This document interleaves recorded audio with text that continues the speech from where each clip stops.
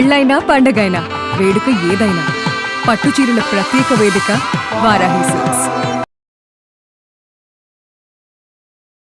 నమస్తే రామ్ గారు. నమస్తే జయ. స్టోరీస్, ఇండివిజువల్ స్టోరీసే ఏదైనా ఒకటి చెప్పండి.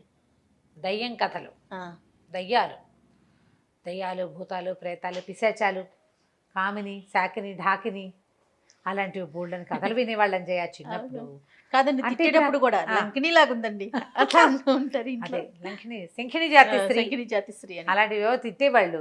అయితే ఈ పదాల వాడకమే కాదు, వాటి డిస్క్రిప్షన్ కూడా ఇప్పుడు జనం మర్చిపోయారు. అవంటే ఏమిటో తెలియదు ఎవరికి. అవును, అలాంటివి ఉన్నాయా అంటారు. ఇలాంటి పిచ్చి పిచ్చి కథలు చెప్పకుండా నాకు కూడా ఫేస్బుక్ ముఖతః అక్షింతలు వేస్తున్నారు కొంతమంది, పిచ్చి కథలు చెప్పద్దు అని.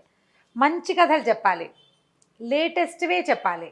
ఇంకా చాలా ఉన్నాయి. వాళ్ళ పేరు ఎత్తకూడదు, వీళ్ళ పేరు ఎత్తకూడదు, వీళ్ళ సంగతి చెప్పకూడదు, వాళ్ళ సంగతి చెప్పకూడదు, ఎప్పుడు నీతిని బోధించేవే చెప్పాలి. చాలా ఉంటాయి. కాదు రమ్మగారు, కథ అంటే కల్పితమే కదా, అవునా కాదండి? అప్పుడే ఎవరో చూశారు, ఎవరో అనుకున్నది ఒక పుస్తక రూపంలో, ఒక స్టోరీ రూపంలో రాసింది మనం చెప్పుకుంటున్నాం. అయినా కూడా అలా ఏమి ఉండకూడదు. అయినా కూడా నాకు బుద్ధి లేదు, సిగ్గు లేదు, జ్ఞానం లేదు, మీకు అది లేదా, మీకు ఇది లేదా, నానా రకాలండి. అబ్బో బోల్డని వస్తాయి. కానీ ఈ దయ్యపు కథలు మాత్రం ఇలాంటి బ్యాడ్ కామెంట్లు 4-5 ఉన్నప్పటికీ మిగిలిన వాళ్ళంతా ఇంట్రెస్టింగ్గా వినేస్తారు.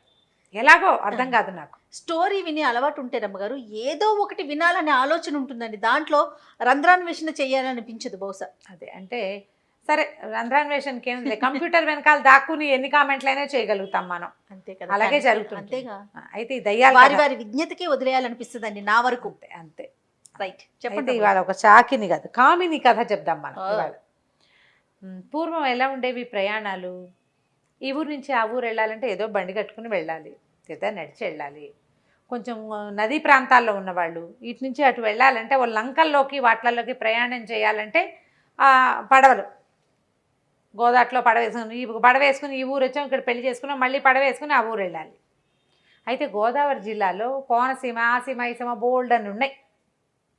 ఈ సీమలన్నిటికీ పాతకాలపు ప్రయాణం అంతా పడవే. అవును, ఆ పడవల వాళ్ళు ఉంటే పడవ కట్టడానికి ఎవరైనా, లేకపోతే వీళ్ళే బలశాలలు. అది ఒక ఒడుపు, సైకిల్ తొక్కటం లాగా అనమాట. నాటు పడవ అంటారు. నాటు పడవలు. ఇప్పుడు సైకిల్ తొక్కటం ఉంది, ఒకసారి వచ్చేసింది అనుకో, ఆ తర్వాత ఏ ఊరైనా అక్కడ ఏ పిచ్చి సైకిల్ అయినా తొక్కేస్తారు. ఈ పడవ వాలుకి వేయటం అనేది ఒక ప్రాక్టీస్. అట్లా సైకిల్ లాగానే ఇది కూడా ఈ ప్రాక్టీస్. అది తెలుసుంటే గడేసి మెల్లిగా ఆ డింగీలు చిచ్చిటివి, ఈ తాటాకుతో వెళ్తారు చూడు డింగి, బుజ్జిది, ఆ బుజ్జివైనా కాస్త కర్ర పడవలైనా కొంచెం నాటు పడవైనా ఒక మాదిరి పెద్దవి కూడా 2-3 సాయం పట్టి ఒకళ్ళతో ఒకళ్ళు సింక్రనైజ్డ్గా పనిచేయాలి పడవకి. అలా చేసేవాళ్ళు. అయితే ఈ కోనసీమ చుట్టుపక్కల ప్రాంతాల్లో జనమంతా కూడా పడవ ప్రయాణాలే వాళ్ళ పద్ధతి. అప్పట్లో ఎలా ఉండేది, కరెంటు లేదు. చీకటి పడితే ప్రయాణాలు ఉండేవి కాదు. చీకట్లో పడవల వాళ్ళు కూడా వచ్చేవాళ్ళు కాదు. రాత్రులు ప్రమాదం కదా, అవతల ఇదందదు, గట్టు అందకపోయినా సడన్గా ఏటికి గోదావరికి ఏదైనా ఎక్కువ నీళ్ళు వచ్చేసినా అవి తెలియవు కాబట్టి రాత్రిళ్ళు చేసేవాళ్ళు కాదు. అయితే ఇలాంటి కాలంలో, ఈ కాలం ఎట్లా అంటే రోడ్లు అసలు లేకుండా కేవలం పడవ ప్రయాణాలే ఉన్న రోజుల్లో భీమశంకరం గారిని ఒక ఆయన ఉండేవారు. ఆయనకి రామలింగం అని చక్కటి కుమారుడు ఉన్నాడు. ఆయన బాగా ఆలోచించి కొంచెం దూరపు సీమ నుంచి ఒక పిల్లని, పెళ్లి కూతుర్ని సెలెక్ట్ చేసుకున్నారు, పెళ్లి చేశారు. పిల్లాడికి ఒక 20 ఏళ్ళు ఉంటాయి, 20 సంవత్సరాల పిల్లాడు. పిల్లకి 8 ఏళ్ళు. అప్పుడు పెళ్ళిళ్ళు అట్లా చేసుకునేవాళ్ళు కదా. చక్కగా పెళ్ళి అయింది. ఆ పెళ్లి వాళ్ళంతా తెముల్చుకుని వీళ్ళు పడవల దగ్గరకు వచ్చేసరికి చీకటి పడిపోయింది. చీకటి. ఇక ఏం చేయాలి, పడవల వాళ్ళు కొంచెం ఆ పక్కనే పడవల వాళ్ళ ఇళ్ళు కూడా ఉన్నాయి అవతలగా గట్ల మీద. వీళ్ళు కేకేశారు. కేకేస్తే వాళ్ళు, మేము రామండి, పడవలు ఉన్నాయి, కావాలంటే మీరు వేసుకెళ్ళిపోండి. వీళ్ళకి పెళ్లి వాళ్ళకి వెనకాల భోజనం వసతి లేదు, అంటే ఉండే భోజనం ఉన్నా ఉండే వసతి లేదు, వెళ్ళిపోవాలి ఎలాగైనా సరే. అయితే వాళ్ళు ఏమన్నారు, పడవలు కావాలంటే మీరు వేసుకెళ్ళండి, అవతల ఒడ్డును వదిలిపెట్టండి అన్నారు. ఈ ప్రయాణం కూడా అంత చాలా పెద్దది ఏం కాదు, ఒక అరగంట 30 గంట పడుతుంది అంతే. సరే వీళ్ళు ఏమనుకున్నారు, అలాగే లేరా మనమే వెళ్ళిపోతాం, ఇంతమంది ఉన్నాం, పడవకి ఏముంది, కర్రేసుకు వెళ్ళిపోవటమే కదా తెడ్డేసుకుని అని చెప్పి పడవలు లాక్కున్నారు. చీకట్లోనే ఉన్నాయి పడవలన్నీ. ఓ పడవని లాగారు. పెళ్లి కొడుకు పెళ్లి కూతురు ఉన్న పల్లకిలో పిల్లని తెచ్చారు. పిల్లవాడు మహా అందగాడు, ముందే చెప్పాం ఆ మాట. చక్కగా ఉన్నాడు, చక్కటి కంటిమడి చొక్కా, జుట్టు అది పొద్దునే తలంటి పోస్తారు. పెళ్లి కుమారుడు ఎట్లా ఉంటాడు, చక్కగా బొట్టు మధుపర్కాలు బుగ్గలు చుక్క, కలకల్లాడుతున్నాడు. కళకళలాడుతూ పండులా ఉన్నాడు.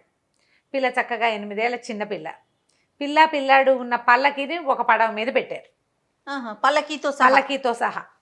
4-5 మంత్రవేత్తలు ఈ పొద్దున పెళ్లి చేయడానికి వచ్చారు కదా బ్రాహ్మలు, వీళ్ళంతా ఆ పడవలో ఎక్కారు. ఇంకో మిగిలిన పడవలు లాగారు. అన్ని పడవలు కొద్దిగా ముందుకు వచ్చినాయి. వచ్చేసరికి ఎక్కడి నుంచో చక్కటి పాట వినపడుతుంది, ఆడవాళ్ళు ఎవరో పాడిన పాట. ఎంత బాగుందంటే పాటలోకి ప్రవేశించేసేట జనం అంతా. పాట అంత బాగుంది. సడన్గా పాట ఆగిపోయింది. మంది పెళ్లి కూతురు, పెళ్లి కొడుకు కనపడలేదు. పాట ఆగిపోయి వీళ్ళందరికీ స్పృహ వచ్చేసరికి పాట లేదు, పిల్లాడు లేడు. పెళ్లి కుమారుడు లేడు, నీళ్లలో పడలేదు, నా ఎదురుగుండానే ఉన్నాడు, ఇద్దరం పాట వింటున్నావు, ఎలా మాయమైపోయాడో తెలియదు అంటుంది పిల్ల. మంత్రవేత్తలంతా పల్లకి బయట కూర్చునున్న వాళ్ళంతా అసలు వాడు పల్లకిలోంచి బయటికే రాలా, నీళ్లల్లో పడలా. వీళ్ళేమనుకున్నారు పెద్దవాళ్ళంతా, ఈ సంగీతపు దీంట్లో పడి చూసుకోలేదు, ఏ ఒత్తుగిలాడో గోదాట్లో పడిపోయాడు అనుకున్నారు. ఇక తెల్లవారింది, లబో దిబో పెళ్లి వాళ్ళంతా ఏడ్చి మొత్తుకున్నారు. గోదారంతా వెతికి వేదులు పెట్టారు, లేడు. అయిపోజా లేడు. పెళ్లి నాటి రాత్రే పిల్లవాడు మాయమైపోయాడు. ఏం చేస్తారు? ఆ రోజు చనిపోయాడని భావించి 9వ రోజు నుంచి కర్మలు చేశారు. ఏటా తద్దినాలు పెట్టారు. అలా ఎన్ని సంవత్సరాలు? కోడల్ని తమతోటే తెచ్చుకున్నారు. పిల్ల జుట్టు తీల, ఆ కాలంలో ఏమిటి తల వెంట్రుకలు తీసేసేవాళ్ళు కదా, ఏమంటారు, జుట్టు తీయటం, విధవకి జుట్టు తీసేసేవాళ్ళు. 11 సంవత్సరాలు అయింది. అబ్బా. అయితే 7-8 ఏట, 8 ఏళ్ళు 7 ఏళ్ళు అయిన తర్వాత, 7-8 సంవత్సరాల తర్వాత చుట్టాలు ఎవరో, మేము దీనికి వెళ్ళినప్పుడు, శ్రీరంగం వెళ్ళినప్పుడు తీర్థంలో అక్కడ కావేరిలో స్నానం చేసి కనపడ్డాడు రామలింగం, మేము చూసామని ఒకళ్ళు. ఇట్లా 5-6 చోట్ల తీర్థాల్లో రామలింగం కనపడ్డాడు, చేయెత్తు మనిషి అయ్యాడు. మేము నీళ్ళలో నుంచి బయటకు వచ్చి, మేము నీళ్ళలో ఉన్నప్పుడు కనపడ్డాడు, మేము బయటకు వచ్చేసరికి కనిపించలా, కానీ మేము చూసాం, చిన్నప్పటి నుంచి చూసిన వాళ్ళం కదా అని చెప్తూ వచ్చారు. వీళ్ళకి ఇంకా ఆశ, ఏదో ఒకనాడు పిల్లాడు వచ్చేస్తాడేమో, వచ్చాడని ఒక ఆశగా ఉండేది. అయితే ఇట్లా జరుగుతూ ఉంది. 11 సంవత్సరాల తర్వాత 11 ఏళ్ళకి ఒకనాటి రాత్రి వాళ్ళ నాన్న పడుకున్నాక నిద్రలేసారు కదా, తల కింద పసుపచ్చటి గుడ్డలో మూట కట్టిన డబ్బులు కనపడ్డాయి ఆయనకి. ఆయన తెల్లబోయాడు, ఈ డబ్బు ఎవరు పెట్టారో తెలియలే. సరే దొడ్లో ఒక చోట గుంట తీసి పాతి పెట్టాడు. పిల్లాడు తద్దిన రోజున జరిగింది అది. మళ్ళీ కొన్నాళ్ళకి ఏవో నగలు వచ్చి తల కింద ఉన్నాయి. మళ్ళా పట్టుకెళ్ళి దొడ్లో పెట్టేశాడు. అవి వాడితే ఏమవుతుందో తెలియదు కదా. 3-4 సార్లు అట్లా డబ్బులు వచ్చినాయి వాళ్ళ ఇంటికి, ఎక్కడా పెట్ల. ప్రతిసారి తండ్రి తల కింద దిండు కిందే ఉండేవి అవి. అయితే ఒకనాడు తల్లి తండ్రి ఉన్నారు, ఇంకా ఎవరో ఒకళ్ళిద్దరు చుట్టాలు ఉన్నారు. తలుపు మోగింది, తలుపు కొట్టేశారు కల్లా. ఎందుకో తల్లికి రామలింగం వచ్చాడు అనిపించింది. తీరా చూస్తే నిజంగానే రామలింగం వచ్చాడు, కొడుకే లోపలికి వచ్చాడు. తల్లి ఏడ్చిందో విపరీతంగా ఏడ్చింది. అక్కడి నుంచి తండ్రి ఆశ్చర్యపోయాడు, ఏమిట్రా నాయన ఎక్కడున్నావంటే, ఏమీ చెప్పడు, అతనికి అప్పు సప్పు తెలీదు, నేను మీతోనే ఉన్నానుగా అంటాడు. ఇంతలో ఏమైంది, సరే అన్నం తినని తల్లి ఏం చేసింది, అన్నం పెట్టడానికి తీసుకెళ్ళింది. అన్నం తిన్నారు అంతా. వచ్చి కూర్చుని మాట్లాడదాం అనుకునేసరికి పక్కన గది తలుపు ఢామని మూసుకుపోయిన ఉన్నట్టుండి ఆ గదిలోంచి ఒక శబ్దం వినపడింది. మీ అబ్బాయి నాతోటే ఉన్నాడు, నేనే తీసుకెళ్ళాను. ఇన్ని సంవత్సరాలుగా నాతోటే ఉన్నాడు, అతను ఎక్కడున్నాడో అతను ఎరగడు, ఎన్ని చోట్లకో తిప్పాను, నా మనసు తీరేదాకా నాతోనే ఉంచుకుంటా. 12 ఏళ్ళు నా శాపం, 12 ఏళ్ల పాటు నాతోటే ఉంటాడు. ఇంకొక సంవత్సరం ఉంది, అప్పటిదాకా మీ కోడల్ని కాపురానికి తీసుకురావద్దు. మీకు ఇంతకాలంగా వస్తున్నటువంటి డబ్బు నగలు నేను ఇచ్చినవే, ఇంకా ఇస్తా. ఈ ఏడాది పాటు మీరు ఇంకా అతన్ని ఏమీ కదపద్దు, అడగద్దు, మీ కోడల్ని తేబోకండి. 12 ఏళ్ల తర్వాత అతనే వచ్చేస్తాడు అని చెప్పి, మీరేమీ కంగారు పడద్దు, కళవళ్ళపడద్దు, బాధపడద్దు అని చెప్పి తలుపులు తెరుచుకునే రామలింగం ఠకీమని మాయమైపోయాడు. అక్కడ లేడు. తర్వాత ఎంత డబ్బో వచ్చింది వీళ్ళింటికి, ఎంతకాలమో. ఇప్పుడు ఒక్కొక్కళ్ళకి ఒక్కొక్క జీవిత చరిత్ర ఉంటుంది. జీవితం మీద భ్రమ తీరని వాళ్ళు కొంతమంది ఉంటారు.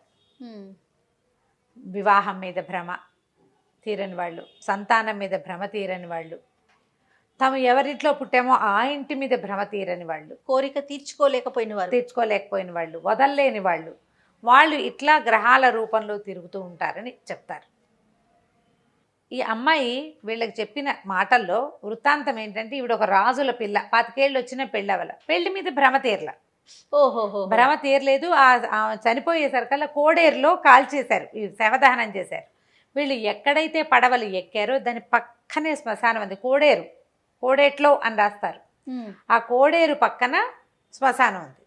ఆ శ్మశానంలో తిరుగుతున్నటువంటి ఈవిడికి ఈ పెళ్లి కొడుకు స్వరూపంలో ఉన్నాడు, చూసావా? పెళ్లి కొడుకు అందంగా ఉన్నాడు, అతను నచ్చాడు. అందుకు తీసుకుపోయింది.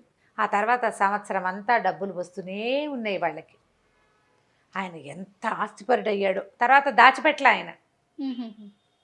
సంవత్సరము తిరిగాక ఒకనాడు వచ్చేసాడు రామలింగం. 12 ఏళ్ళు అయిపోయినాయి వచ్చేసాడు. కానీ ఎవరైతే తనని తీసుకెళ్లారో వాళ్ళతో ఉన్న వృత్తాంతం ఏది అతనికి జ్ఞాపకం లేదు. ఇంత డబ్బు వచ్చేటువంటి వృత్తాంతం ఏం జరిగిందో, తను ఎవరితోటి ప్రపంచం అంతా తిరిగాడో అసలు గుర్తే లేదు. అతను ఎన్ని చోట్లకి తిప్పిందో అమ్మాయి. ఆమెకున్న శక్తి అది. ఆమె భ్రమ తీరిపోయాక, ఆ వివాహము భ్రమ ఒకళ్ళతోటి కలిసి ఉండటం అది తీరిపోయాక వదిలిపెట్టేసింది. అన్ని గ్రహాలు ఇలా వదలవు అని చెప్తారు. కొంతమంది ఇలా వదిలిపెడతారు, మంచిదయ్యం. ఒక్కొక్కళ్ళు వదలకుండా వీళ్ళని తమతోటి తీసుకెళ్ళిపోవాలని భావించే వాళ్ళు ఉంటారు. శరీరాన్ని వదిలింపించేసి ఆత్మను తీసుకుపోవాలని, అదొక భ్రమతోటి అన్నమాట. ఈ భ్రమ, ఇది కామిని ఈ కథ పేరు. ఆ కోరిక తీరటం కోసం ఈ 12 ఏళ్ళు ఈ బ్రాహ్మణ కుర్రవాడిని తనతో పాటే ఉంచుకుంది. ఈ 12 ఏళ్ల తర్వాత అప్పుడు పెళ్ళని కాపురానికి తీసుకొచ్చారు.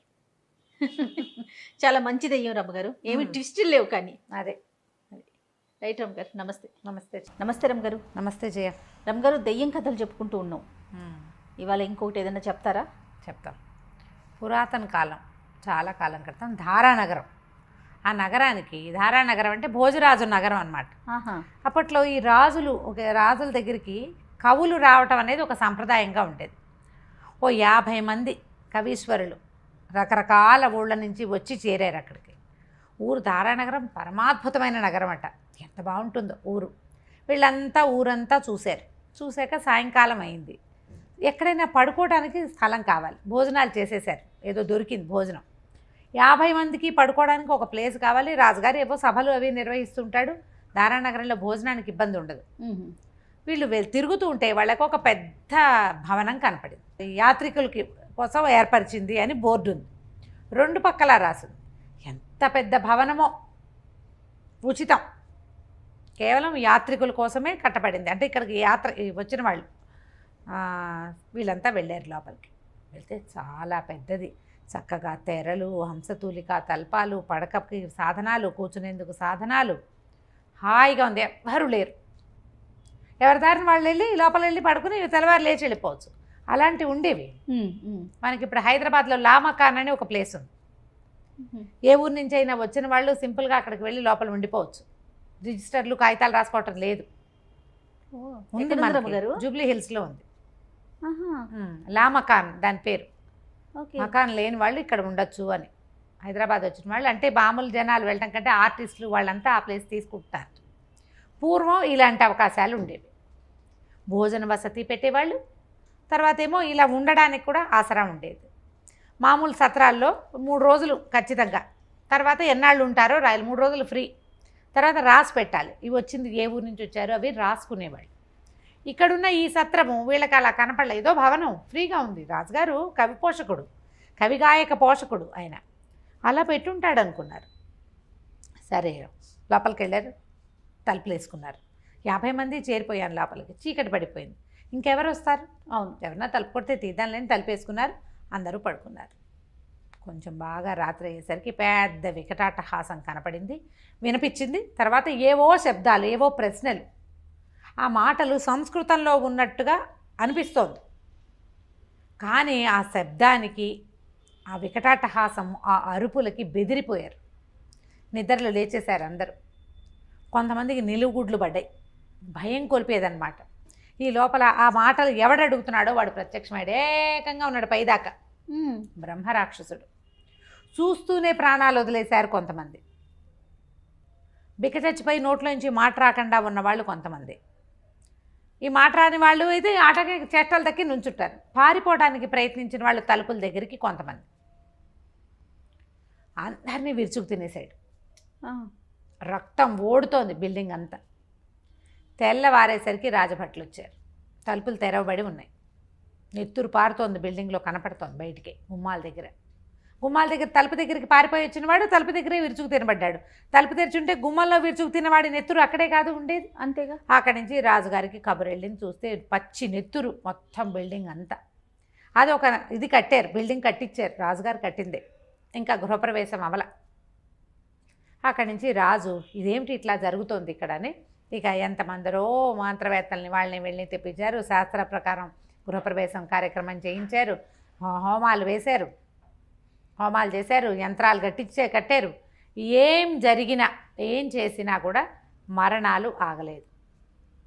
ఎవరో ఒకళ్ళు ఆ బిల్డింగ్లో మరణించేవాళ్ళు. ఎవడో ఒక బ్రహ్మరాక్షసుడు అందులో చేరిపోయాడు. రాజు చాలా బెంగ పెట్టుకున్నాడు. మన ఊళ్ళో ఇలా ఎవరైనా బయట నుంచి వచ్చిన వాళ్ళు చనిపోవటం ఏమిటి, మనమేమి ఎందుకు చేయలేకపోతున్నాం? మామూలు సైనికుల వల్ల వాళ్ళ వల్ల కాదు, మనిషి చేసే వ్యవహారం కాదు ఇది. తెలుస్తోంది క్లియర్గా తెలుస్తూనే ఉంది కదా. అక్కడి నుంచి ఏమైంది, చుట్టుపక్కల చాలా దూరం వరకు మనుషులు లేరు, మనుషు సంచారం లేదు. ఎవరో ఒకళ్ళు తీసుకొస్తున్నాడు, వాడు లోపలికి వచ్చేలాగా చేస్తున్నాడు. ఆ రాక్షసుడు విరుచు తినేస్తాడు. ఏదో అరుపులు వినపడతాయి దూరానికి, అదేంటో వీళ్ళకి తెలియదు. సరే, కొంతకాలానికి ఇక రాజ్యంలో ఉన్న ఒక మహాకవి ఒక ఆయన, నేను ఆ బిల్డింగ్కి వెళ్ళి చూస్తానంటాడు. రాజుగారు ఒప్పుకోలే. పొద్దుగాక వద్దని బతిమలాడాడు. వద్దంటే కవి అన్నాడు, అట్లా కాదు, ఇంత మన కవులు అన్న వాళ్ళు రాజ్యానికి ఉపయోగపడాలి, అసలు అక్కడ ఏం జరుగుతుందో చూద్దాం. సహస్ర గాయత్రి చేస్తాను రోజు, నేను 3 పూట్ల సహస్ర గాయత్రి చేసే అలవాటు ఉన్నవాడు. నా గాయత్రి నన్ను రక్షిస్తుందని కవి. ఈ కవులని పోగొట్టుకోలేను, కవే రాజ్యానికి వెలుగు అని రాజుగారు. సూర్యుడు ఎట్లా ఆకాశానికి వెలుగో కవి రాజ్యానికి వెలుగు, నిన్ను పోగొట్టుకోలేను, ఇప్పటికే ఎంతో నష్టం సంభవిస్తోంది, వద్దన్నా కూడా కవిగారు ఒప్పుకోవాలి. ఆయన మంచి ఏంటంటే శాస్త్ర పరిజ్ఞానము ఉన్నవాడు, దానికి తోడు నిత్యము గాయత్రి అర్చన చేసుకునేవాడు. మామూలుగానే ద్వికాల సంధ్యావందనం చాలా విశేషం చేయ, అసలు 2 పూటలా చేయటమే విశేషం. త్రికాల సంధ్యావందనం చేయటం మరీ విశేషం. ఈ త్రిసంధ్యల్లోనూ సహస్ర గాయత్రి చేయగలిగేవాడంటే మహాపటిష్టమైన మంత్రబలం ఉన్నవాడు. వాళ్ళని గాయత్రి నిరంతరము రక్షిస్తుంది, ఆ నమ్మకంతో ఉంటారు వాళ్ళు. ఈయన కవి వెళ్ళారు. మర్నాడు పొద్దున అంతా ప్రశాంతంగా అయిపోయింది. బ్రహ్మరాక్షసుడు వెళ్ళిపోయాడు. తలుపులు పగిలిపోయినాయి ఆ బిల్డింగ్కి. ఏం జరిగింది అక్కడ, ఏమైంది అంటే, ఈయన వెళ్ళాడు ఆ బిల్డింగ్లోకి. పెద్ద అంతఃపురంలాగా, చాలా పెద్ద రాజహర్మ్యంలాగా కట్టారు దాన్ని. లోపలికి వెళ్ళేసరికల్లా ఆ బ్రహ్మరాక్షసుడు వచ్చాడు. అయితే ఇట్లా నిత్య గాయత్రితోటి ఉన్నాడు, గాయత్రి పునశ్చరణ చేసుకునేవాడిని సమీపించలేకపోయాడు. ఎప్పట్లాగానే అతను అరిచాడు. ఎవరు? రాక్షసుడు ఏదో అడుగుతాడు. ఆ అడిగింది ఆ భీకరమైన స్వరంతో, పిడుగులాగా వినపడేటువంటి స్వరం వల్ల జనాలకు అర్థం కావట్లా, వినిపించట్లా. అప్పుడు ఈయన ఏం చెప్పాడంటే, నువ్వేం అడుగుతున్నావో నిదానంగా అడిగి సమాధానం రాబట్టుకో. అడిగితే అప్పుడు ఆయన 4 ప్రశ్నలు అడిగాడు. ఆ 4 ప్రశ్నలకి కవిగారు సమాధానం చెప్పేశాడు. చెప్పేసరికల్లా ఆయన ఆశ్చర్యపోయాడు. తన కథ చెప్పాడనమాట ఆ బ్రహ్మరాక్షసుడు. ఈయన పూర్వం చాలా గొప్ప పండితుడట. ఎవరు? రాక్షసుడు? బ్రహ్మరాక్షసుడు చాలా గొప్ప పండితుడు. బ్రహ్మరాక్షసుడు అంటే దాని అర్థం ఏంటంటే, బ్రాహ్మణుడు రాక్షసుడుగా మారినవాడు అని అర్థం. పండితులు కానీ, వేద పండితులు కానీ, శాస్త్ర పండితుడు కానీ, ఎవరైనా బ్రాహ్మణులు కానీ అపరాధం చేసిన వాడికి రాక్షస జన్మ వస్తుంది. ఇట్లా మనిషి మరణించి వాళ్ళనే బ్రహ్మరాక్షసులు. రాక్షసి అయినా కూడా అంతేనండి, బ్రహ్మరాక్షసి అంటాం కదా. బ్రహ్మరాక్షసి అంటే కూడా అదే. బ్రాహ్మణత్వము, బ్రాహ్మణుడు అంటే వీడు చేయవలసిన విధి విధానాలు కొన్ని ఉంటాయి. అవును. ధర్మం తప్పకూడదు, శాస్త్రాన్ని మీరి ప్రవర్తించకూడదు.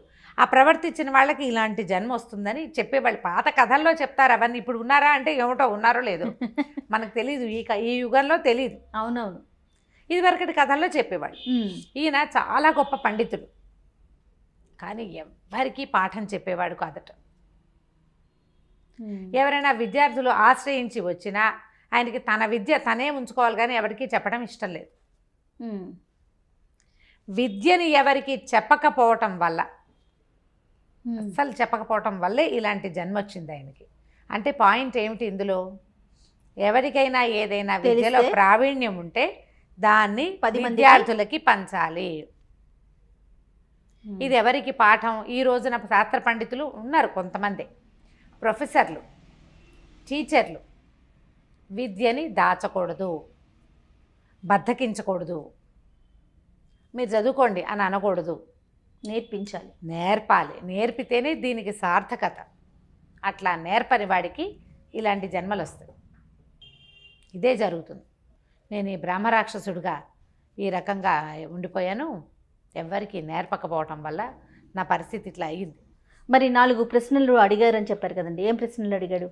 అంటే ఇవి పాణిని సూత్రాల్లో ఆ కాలం నాటివి, సంస్కృతం కదా. అంటే ప్రపంచంలో అందరికీ 2 ఉంటాయి. ఈ రెండిటి వల్ల వచ్చే ఇబ్బందులు ఏమిటంటే, ప్రతి వాళ్ళకి సుమతి కుమతి 2 ఉంటాయి, సుబుద్ధి దుర్బుద్ధి. వాటి వల్లే సంపదలు ఆపదలు వస్తాయి. సుబుద్ధి వల్ల సంపదలు, దుర్బుద్ధి వల్ల ఆపదలు వస్తాయి. ఇది ఒక ప్రశ్న. ఇది ఒక్కొక్క జామకి ఒక్కో ప్రశ్న అడిగాడు, 4 జామలకి అడిగాడు అనమాట. మొదటి ప్రశ్న ఇది. రెండోది, స్త్రీ ముసలివాడి పరిస్థితి ఏమిటి అని అడుగుతారు.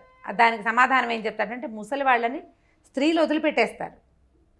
భర్త ముసలివాడైతే స్త్రీ ఏం చేస్తుంది? లోక సహజంగా జరిగేది అంతే. ఇది రెండో ప్రశ్న. తర్వాత ఒక గోత్రంలో గోత్రాల గురించి ప్రశ్న. ఎవడైతే సంసారాన్ని చక్కగా చూసుకుంటాడో వాడు ఆ గోత్రనామం చెప్పుకోవడానికి సరి అయిన వాడు. ఇప్పుడు మా ఇంటి పేరు చెప్పుకుంటే ఇంటి పేరు నిలబెట్టేవాడు కదా, ఇంటి పేరు చెప్పుకోగలడానికి సమర్థుడు. అవును. ఆఖరిది, ఏ స్త్రీ మగవాడిలాగా ప్రవర్తిస్తే సంసారం నాశనం అయిపోతుంది. స్త్రీలు మగవాడిలాగా పెరగకూడదు, స్త్రీలు స్త్రీలలాగా పెరగాలి. అది దానికి సమాధానం. ఇవి అయినాక ఇతను చెప్పాడనమాట, నేను విద్యాదానం చేయకపోవటం వల్లే నా జీవితం పాడైపోయింది. ఒక విద్వాంసుడు వచ్చి విద్య అడిగాడు, అడిగితే వాళ్ళని తిట్టి తగిలేసి చెప్పేవాడు కాదు. ఆయనే నన్ను బ్రహ్మరాక్షసు అయిపోమన్నాడు. ఆ మహానుభావుడే నాకు ఈ 4 పాణిని సూత్రాలు ఇచ్చి, సమాధానం వచ్చినప్పుడు నీకు ఇది పోతుంది. ఇప్పుడు ప్రతివాడు తన విద్యని దాచుకుంటే కుదురుతుంది? ఎట్లా విద్య ముందుకెళ్తుంది? ఇప్పుడంటే పుస్తకాలు, ప్రింట్లు అవి ఇవి వచ్చినాయి. పాత రోజుల్లో ఏముంది? గురువు శిష్యుడు చెప్తే శిష్యుడు ఇంకో గురువు అయ్యి మళ్ళీ ఇంకో శిష్యుడు చెప్తే ఆనుచానంగానే మన విద్య వచ్చింది. అంతే కదా. ఒకళ్ళ నుంచి ఒకళ్ళకి అట్లాగే వచ్చి పూర్వకాలం నాటి శాస్త్రాలు అవన్నీ కూడా మనకి మౌత్ టు మౌతే. అవును. గురువు శిష్యుడు, గురు శిష్య పరంపర ద్వారానే విద్యలు వచ్చినాయి మన దగ్గరికి. అవును. ఇప్పుడు వచ్చిన వ్యవహారాలు వేరు కదా. అంచేత ప్రతివాడు ఇలా చెప్పాలని ఈ కథలో నీతి. దాంతో ఇది అయిపోగానే ఈ వాక్యాలు చెప్పేసి, ఈ రకంగా నా జీవితం నన్ను బ్రహ్మరాక్షసు అవ్వమని ఆయన చెప్పించాడు. రాక్షసుడు అయిపోయాను నేను. ఇప్పుడు మీ సమాధానం కోసం ఇక్కడికి వచ్చిన వాళ్ళందరినీ అడిగాను, ఎవరు చెప్పలా, వాళ్ళని విరుచుకుతున్నా, వాళ్ళే నా ఆహారం ఇంతకాలం. ఈ సమాధానం వచ్చింది కాబట్టి నేను బ్రహ్మరాక్షస జన్మ నుంచి నాకు విముక్తి వచ్చింది. వీళ్ళందరినీ చంపి తిన్న పాపాన్ని అతను అనుభవించవలసింది. మళ్ళీ మనిషిగా పుట్టి ఆ పాపాలకి పరిష్కారం చేసుకుంటాడు. బ్రహ్మరాక్షస జీవితం పోయిందనమాట అని చెప్పి ఆయన ఎగిరిపోయాడు. మర్నాడు కవిగారిని చూసి అందరూ సంతోషించారు. రాజు ఇది విషయాన్ని తమకు వేయించుంటాడు. పండితులు తమ విద్యని దాచుకోకండి, ఇతరులకి నేర్పించండి, విద్యార్థులకి నేర్పండి, లేకపోతే ఇట్లాంటి బ్రహ్మరాక్షస జన్మ వస్తుంది అని ఈయన కథని అంతా చెప్పాడనమాట. అంతా చెప్పించుంటాడు. ఆ కాలంలో అలా జరిగేది. ఏదైనా ఒకటి తెలియంగానే ఇది చేయకూడదు అని రాజు వెంటనే ప్రచారంలోకి తీసుకొచ్చేవారు. ఈ ప్రవర్తన తప్పు, ఇది చేయకూడదు, దీనివల్ల ఇలాంటి సమస్య వస్తుందని. ఆ కవిగారి వల్ల ధారానగరం బాగుపడింది. బ్రహ్మరాక్షసుడి ఛాయ నుంచి ధారానగరాన్ని తప్పించాడు. ఆ దయ్యాలు కథ ఒక అమ్మాయి స్థానాపతి రుక్మిణమ్మ గారు అమ్మగారు రాశారని చెప్పారు. అందులోది ఈ కథ కూడా బాగుంది. మంచి నీతి ఉంది దెయ్యం కథలో కూడా. అవును. నమస్తే. నమస్తే.